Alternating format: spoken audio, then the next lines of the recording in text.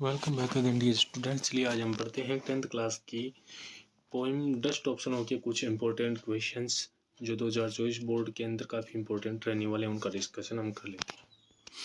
पहला क्वेश्चन है what is the dust of snow, यानी बर्फ की धूल है वो क्या है।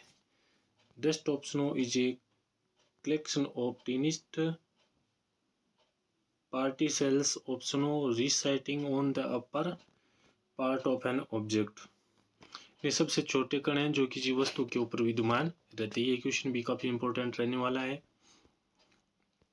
इसके बाद में सेकंड क्वेश्चन बनता है इस पार्ट का, what does the dust of snow indicate. इन इंडिकेट करने का मतलब होता है इंगित करना या इशारा करना।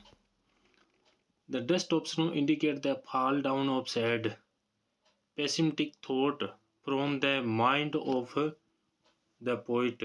It remove those ideas, it indicate the change of mood of poet।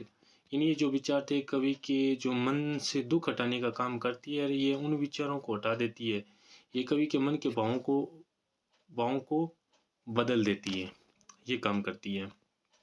का जो नेक्स्ट क्वेश्चन है वो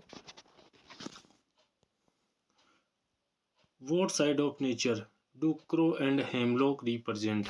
यानी कोआ हेमलॉक यानी जो एक वेसिला पेड़ है, प्रकृति के किस पक्ष को प्रदर्शित करते हैं। The crow represent the dark and sorrowful sides of nature. The hemlock represent the poisonous side of nature. Man face both these thing and different और same time in his life. यानी What side of nature do crow and hemlock represent। कुआ और hemlock और ये जो वेसिला पौधा है प्रकृति के किस पक्ष को प्रदर्शित करती है।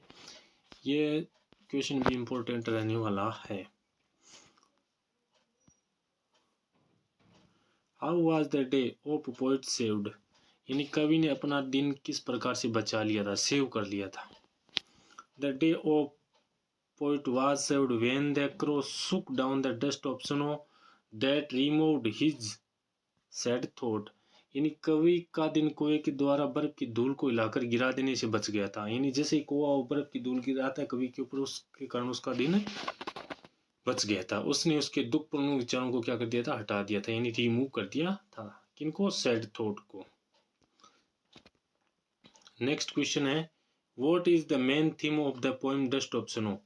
यानी जो डस्ट ऑफ स्नो पोएम है इसकी मेन थीम क्या है। मेन थीम क्या है। There are some simple action that leave a great impact of human mind. The fall of dust of snow change the poet's mood. यानी there are some simple action, यानी ये साधारण गतिविधियां हैं जो एक बहुत गहरा प्रभाव छोड़कर जाते हैं। किस पर, ऑफ ह्यूमन माइंड, किस पर, मानव की मस्तिष्क पर या दिमाग पर। द फॉल ऑफ डस्ट यानी किसका गिरना, बर्फ का गिरना। चेंज द पोएट्स माइंड, वही क्या कर देता है, कवि का माइंड बदल देता है।